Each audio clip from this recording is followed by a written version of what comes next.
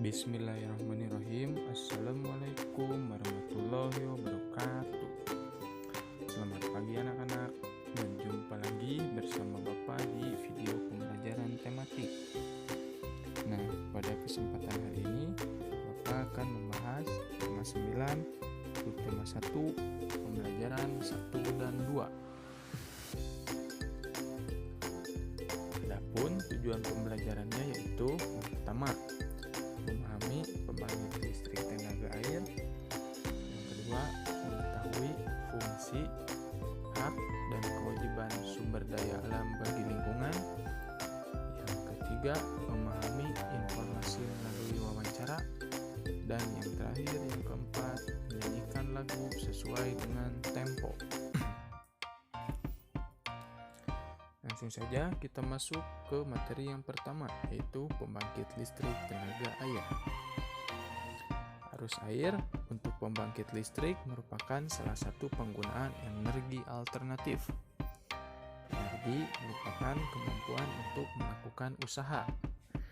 Energi tidak dapat diciptakan dan tidak dapat dimusnahkan. Energi berasal dari sumber energi. Sumber energi yang biasa digunakan oleh manusia adalah bahan bakar minyak atau BBM ya. Namun, ketersediaan bahan bakar tersebut semakin menipis sehingga dibutuhkan sumber energi alternatif. Nah, alternatifnya itu yaitu salah satu contohnya ya, pembangkit listrik tenaga air.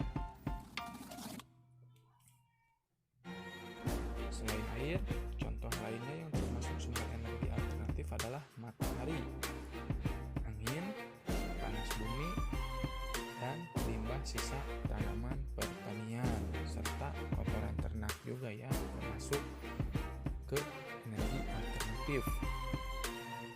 Selain itu, sumber energi yang dapat dijadikan sebagai sumber energi alternatif harus ramah lingkungan ya, jadi tidak boleh yang mencemari lingkungan.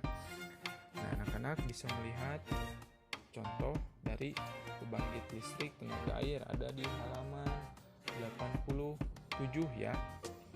Di sini ada skema pemanfaatan energi air. Anak-anak bisa melihatnya ya, membacanya. Ada 3 tahapan.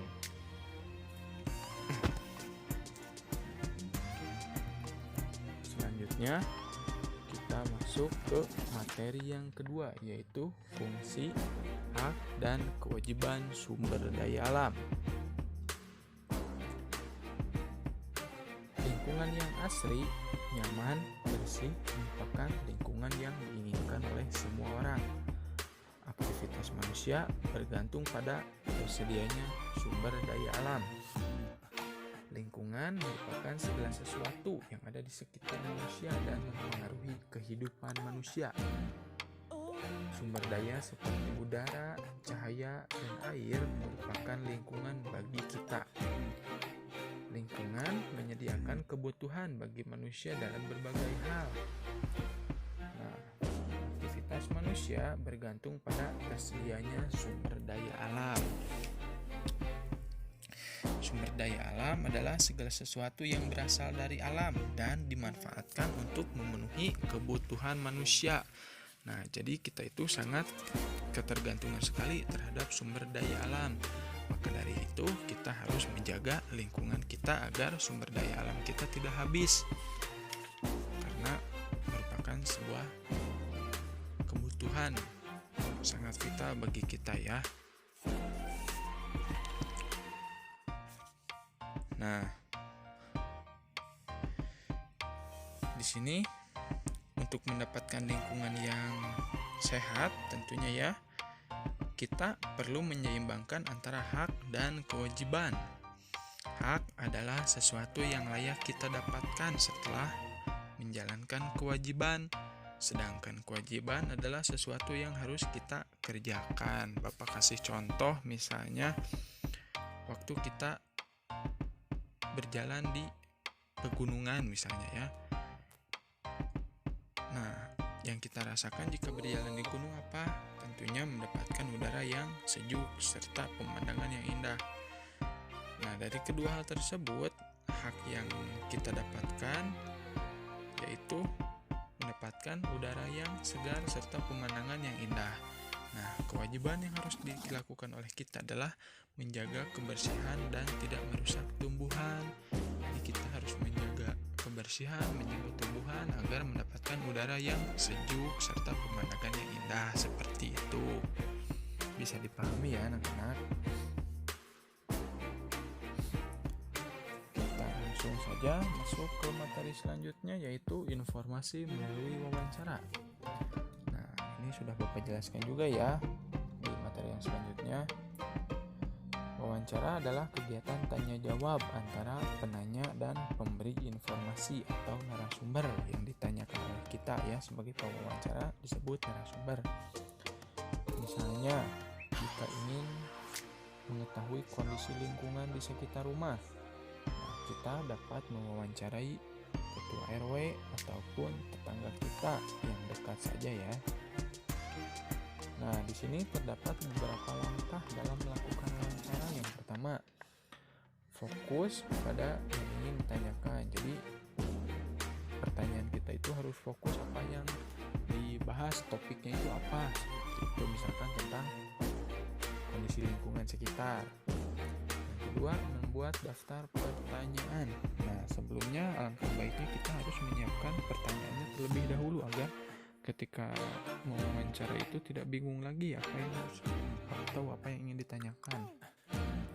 Lalu selanjutnya melakukan wawancara. Nah, dalam melakukan wawancara juga kita harus menggunakan bahasa yang baik, yang sopan ya. Lalu yang keempat, menentukan narasumber. Nah, kita harus menentukan narasumber, siapa yang akan diwawancara. Misalkan contohnya yang tadi Bapak bilang ya, tentang temanya itu tentang kondisi lingkungan di sekitar. Nah, kita berarti bisa mewawancarai ketua RT atau tetangga kita.